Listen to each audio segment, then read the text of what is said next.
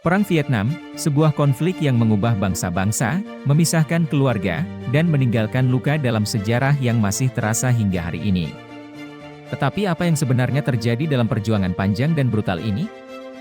Mengapa sebuah negara kecil di Asia Tenggara menjadi pusat dari salah satu perang paling menghancurkan di abad ke-20?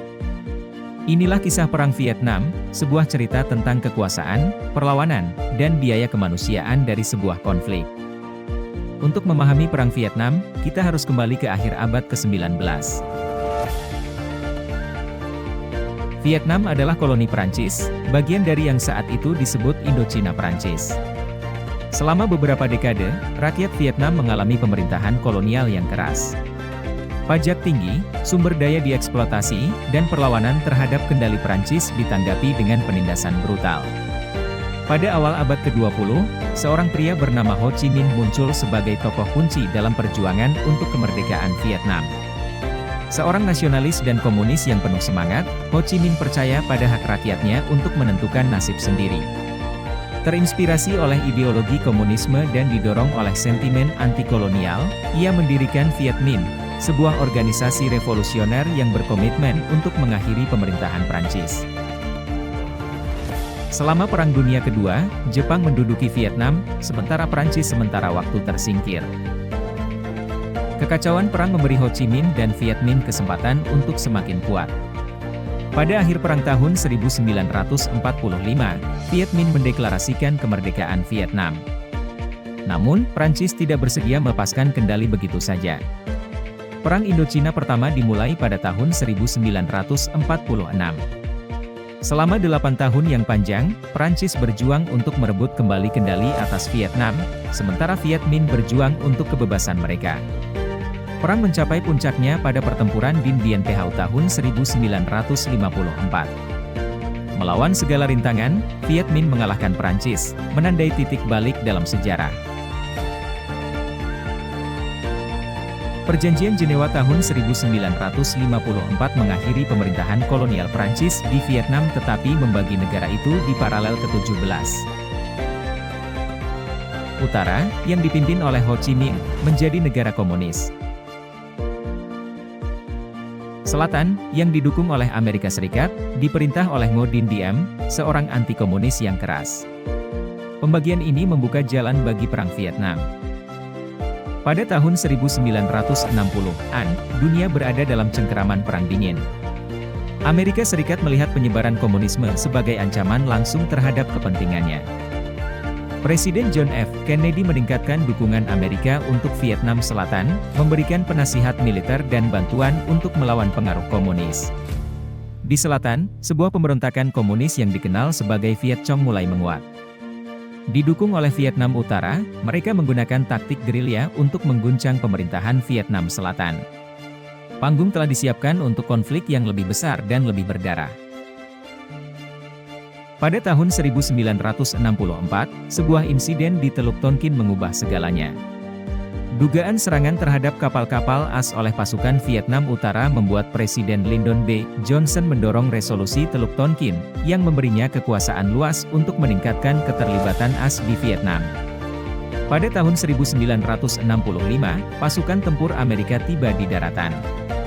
Apa yang awalnya merupakan misi untuk mendukung Vietnam Selatan segera berubah menjadi perang skala penuh. Perang Vietnam berbeda dari konflik manapun yang pernah dilihat dunia. Hutan lebat, medan yang tidak dikenal, dan musuh yang sulit dilacak menjadikannya mimpi buruk bagi tentara Amerika. Amerika sangat mengandalkan kekuatan udara, menjatuhkan jutaan ton bom dan menggunakan bahan kimia seperti Agent Orange. Biaya kemanusiaannya sangat besar. Beberapa veteran mengatakan, kamu tidak bisa membedakan mana teman atau musuh. Semua orang bisa jadi musuh. Itu sangat menakutkan. Masyarakat sipil yang berhasil selamat juga mengatakan bahwa, desa kami hancur. Keluarga kami tercerai-berai. Kami hanya ingin hidup damai. Di Amerika Serikat, perang memicu protes besar-besaran. Gambar-gambar korban sipil dan peti mati yang kembali dari Vietnam memicu kemarahan publik. Kampus-kampus perguruan tinggi menjadi pusat aktivisme, dan gerakan anti-perang semakin kuat. Bahkan tokoh-tokoh terkenal seperti Dr. Martin Luther King Jr. mengutuk perang, menyebutnya sebagai bencana moral dan politik. Bangsa itu terpecah secara mendalam. Pada tahun 1968, Vietnam Utara melancarkan serangan Tet, serangan besar-besaran yang terkoordinasi terhadap kota-kota dan pangkalan militer di seluruh Vietnam Selatan. Meskipun secara taktis merupakan kekalahan bagi komunis, ini menghancurkan kepercayaan Amerika terhadap upaya perang.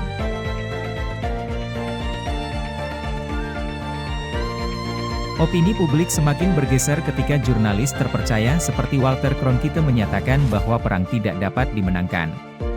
Tekanan pada pemerintah AS semakin besar. Pada tahun 1969, Presiden Richard Nixon menjabat, berjanji untuk membawa perdamaian dengan kehormatan.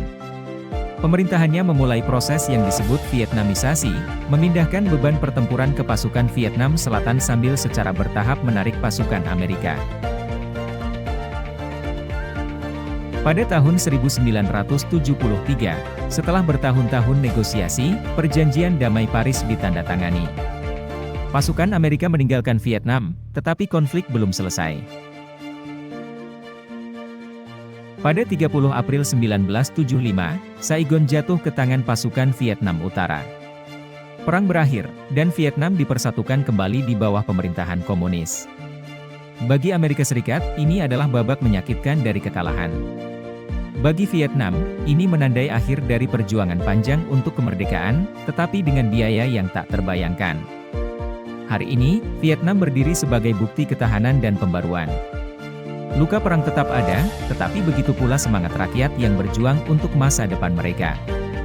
Perang Vietnam adalah kisah tragedi dan kemenangan, pelajaran tentang kompleksitas kekuasaan dan keinginan manusia yang abadi untuk kebebasan.